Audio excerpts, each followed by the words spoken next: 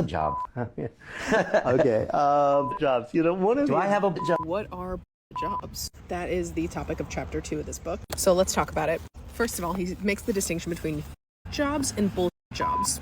Jobs are usually jobs that society actually does need, like they fill a very specific purpose, and their conditions suck, like they have low pay, bad hours, that kind of thing. Jobs are jobs that A, are usually high paying, and B, the workers in those jobs do not believe the jobs have meaning or need to exist. So David Graeber has split up bullshit jobs into 5 types. Okay, we have flunkies, goons, duct tapers, box tickers, and taskmasters. Those are his 5 types of BS jobs, so let's dig in. First, flunkies. These are jobs that only exist to make someone look or feel important. So he gives the example of receptionists. He gets a lot of quotes and stories from actual people who submitted their own experiences to him. So one person says, I worked as a receptionist at a Dutch publishing company. The phone rang maybe once a day, so I was given a couple of other tasks. Keep candy dish full of mints, go to the conference room and wind the grandfather clock, manage another receptionist. If an organization grows in size, he writes, higher-ups' importance will almost invariably be measured by the total number of employees working under them, which creates an even more powerful incentive for those on top to either hire employees and only then decide what they're going to do with them, or resist any efforts to eliminate jobs that are found to be redundant. Okay, yep. That sounds about right. Welcome back to the channel, Robert here. So I did a video a couple of days ago. You can check it out right over here, talking about all of the articles saying that AI was going to replace up to 100 million jobs. And this is one of the phenomenons or the reasons why. BS jobs. And it got me to thinking about what I do on a daily basis, something I've been thinking about a lot.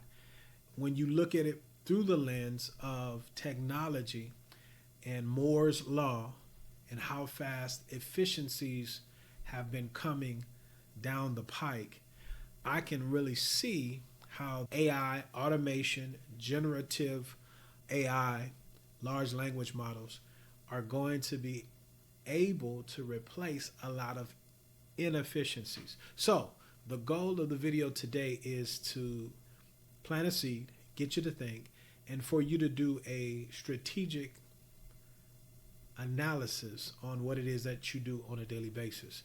My name is Robert, and on this channel, my goal is to simplify the home loan process. I'm a lender. My NMLS license number is 180100. That's 180100. And we've been doing this for over 20 years. Let's get into it. Second type of bullshit job is the goons. And he says goons are typically people with aggression, right? Like they have muscle. And he's speaking here about jobs that are 1, aggressive, and 2, deceptive. So that could be people who work in ad sales or in advertising, marketing, whatever, who are creating ads that are antagonistic and are lying. That happens all the time. Or call center people. Another quote, I had a bunch of bullshit call center jobs selling things that people didn't really want or need, taking insurance claims, conducting pointless marketing research. You're making an active negative contribution to people's day, and it's often with an aggressive tone. Okay, the third role is the duct tapers. These jobs exist only, he writes, because of a glitch or a fault in the organization. These are very familiar to me. These positions are there to solve a problem that shouldn't exist. These could be jobs that involve correcting the damage done by a superior. One software developer writes, basically we have 2 kinds of jobs. One kind involves working on core technologies, solving hard and challenging problems. The other one is taking a bunch of core technologies and applying some duct tape to make them work together. If the core technologies were done properly, there would be little or no need for duct tape. What makes a role bullshit like that is when the plan from the architect obviously can't work, and any competent architect should know it. And instead of just fixing that, the organization hires full-time employees whose main or entire job is to deal with the damage of the plan that probably shouldn't be happening anyway. Okay, I'm getting riled up. Okay, so I'm going to address the first 3 types: flunkies, goons, and duct tapers. And I'm going to look at it from the lens of what I do. So in my industry, I would say a flunky is someone that is an assistant. There's a lot of LOAs, loan officer assistants. On the real estate side, you have transaction coordinators. And for those of you out there that might be doing this, don't get triggered, but hear what I'm saying. Because of the efficiencies that are coming down the pike, no longer is needed someone doing what I, as the loan officer, really should be doing, and therefore passing those savings onto the potential client and freeing up some time. There was a time when technology wasn't as advanced as it is now. I think back as early as 2003, we used to do a loan file and the paper file was literally this big. We were still FedExing a lot of things. A lot has changed since then, and it's going to continue to move forward. What AI is going to do, in my opinion, in this role, you're going to have scheduler bots that are able to handle and unify pipelines or different areas of information, silos of information within the compliance realm. That's really the gotcha with all of this that keeps a lot of the bureaucracy going, is the, I won't say it's fake, but there's a lot of breaches with your information. If you knew where your information was, you'd relax because it's everywhere. But I digress. Goons. These are, in our industry, cold callers. You pull a credit report with a credit agency and they sell your client's information to another so-called loan officer in a call center as a trigger lead. These things, over time, AI is going to be able to get rid of them because we as loan officers that embrace the technology will be able to have systems in place that can mine that data when certain trigger points happen with you as a customer and prevent those things from happening. And then real loan officers could become more of an educator. I like to think I'm an educator, building that human connection. So goons won't be eradicated, just like spam calls won't. There's always going to be some out there, but as the technology gets better, it becomes less and less and less of a need either to prevent something or for those types of roles. And then duct tapers. Got a lot of those in what we do. Chasing documents down, W-2s, pay stubs, things that should have been done correctly the first time. And you got a lot of organizations that'll keep a lot of people around to do those things, opposed to training a loan officer the proper way. When I got into this game, I was right at the cusp where you still had to take applications.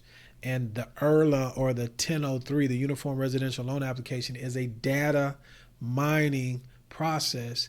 And from there, this is where you learn how to implement the guidelines that you read and learn and put deals together.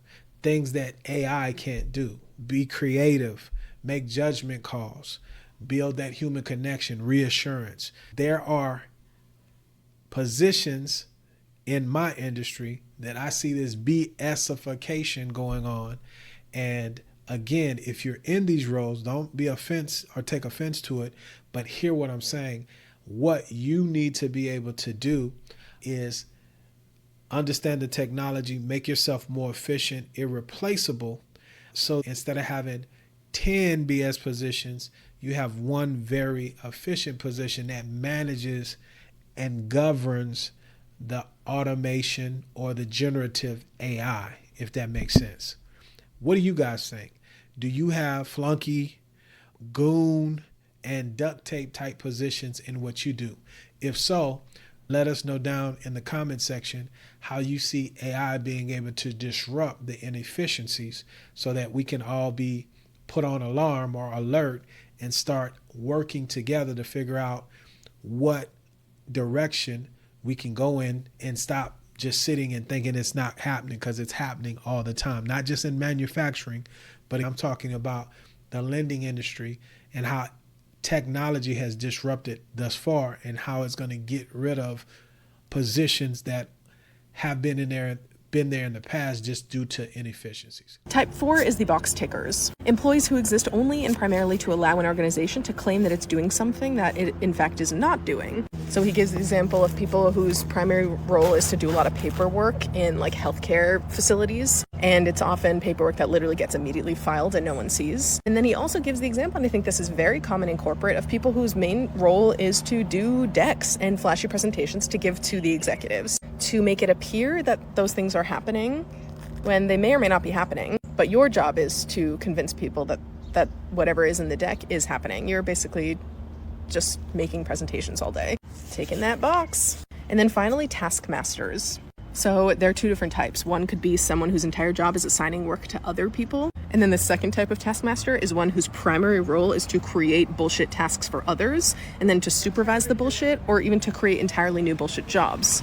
So this could be middle management, or academia with the committees and the strategic oversight of this and that. So anyway, do you see your role in any of those 5 types, and what do you think about this? And of course, the caveat is, as he mentions, the bullshit jobs get paid more, right? This is a very good topic. Again, if you can embrace the information and get ahead of these things by making sure you stay abreast of the new technology and using it on a daily basis to put a moat around yourself, entrench yourself in whatever industry you're in, because I don't believe all human jobs are going to go away, but there are millions of inefficient BS type jobs, per the title of the video, that are out here. And if you don't realize that, then you're not awake, or you're just being disingenuous. So box tickers, that's these compliance folks, need compliance, but all you guys in compliance know that it's not efficient. A lot of wasting of time, a ton of rules, and it increases costs. Everybody's talking about costs. We can lower the cost by using the technology. And if you don't believe it, then again, that's on you. You want to be naive, but all of these for-profit companies are working on investing in technology that, once the governance is there to make sure that the large language models or the generative AI is not going willy-nilly, you need less people to do that type of work, because it can do it at the speed of sound or light, and doesn't call in sick and all those other things. You'll need folks that are very well versed in the rules and can interpret them correctly, but you don't need as much time piecing things together. As far as the box tickers are concerned, we're just here to do those things. And then lastly, the task masters, middle management, all of these meetings and PowerPoints and huddle ups, right? They have nothing to do with the bottom line, in my opinion, respectfully. I think a lot of you all will agree now, those of you that were in organizations where you thought everybody was your family and this, that, and the third, there's a lot of furloughs, there's a lot of laying off, there's a lot of people that have been let go because of that technology. So enjoy your work relationships, but understand, when you get that paycheck, you've been compensated. And don't be naive about that, and be a good citizen when you go to work, but just be aware. It's business. It's not personal. Okay? And you're a business man. You're supposed to be, or woman. So these task masters and box tickers in my industry, compliance, even underwriters, man, you have these automated underwriting systems, and I digress. It's crazy. It's crazy, but it's coming. And so you'll still have an underwriter, but you won't have as many. And they're going to go by the automated system because it can go in and read the actual rules. What you're needed for is the nuance, the human part of things. And to be honest with you, that's something that a lot of people are lacking or can work on, even myself. These videos, I tell you, they help tremendously because it's working on your communication skills. Whoever that was that told me to get a Rubik's Cube, I'm trying to hold something in my hands, but I'll get better. I'm working on it. You see what I'm saying? This microphone, I point it out all the time. What am I doing? I'm encouraging those of you that may be afraid or may be furloughed, look into another way. The intranet that has billions of people looking, you can't just show up and throw up, but if you become creative and solve problems, you can get a microphone like this Samsung Q2U, and you might get an affiliate commission if someone chooses to buy it as a result of your information, your creativity, so on and so forth. And it adds nothing to the cost of the person that's doing it. So for all of you guys that do, I appreciate it. Thank you in advance. But we practice what we preach over here because things are a-changing.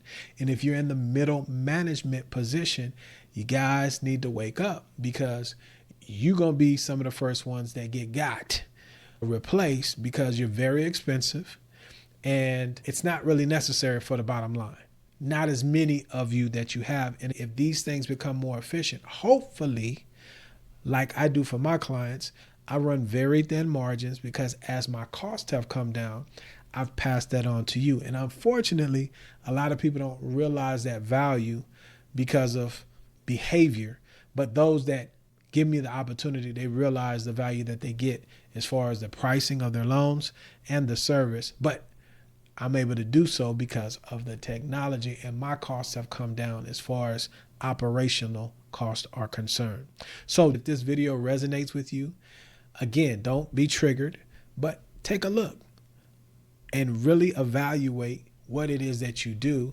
And if you have to work for a period of time, you need to be aware of either how to entrench yourself in what it is that you're doing by increasing your skills, or finding alternative sources of income or a different career path that you can start on now before something like replacement or a job going away happens and catches you off guard. We don't want that to happen. AI can't replace, like I said, empathy. Can't replace your negotiation skills, your creativity. Okay, it's a computer. It's reading ones and zeros. It has logic. It's quick, but nothing's greater than what the Most High has given you here. Don't get it twisted. And then judgment calls. Sometimes things by the book say one thing, but it takes a human to have that empathy, that creativity and nuance to be able to say, you know what, let's push a little harder for this loan for this family, because I know what the guidelines say here, but it really doesn't make sense. I need a human to look at that. AI is not going to just replace 100 million jobs. It's going to expose those jobs that have been inefficient, and it will replace you if you remain in that unproductive, inefficient role. So there you have it, guys. My time is up, but I thank you for yours. As I always say, let's be good to one another. Let grace abound. Check out this video. Check out the ones over here before you get off the channel. And until the next time, indeed, y'all stay blessed.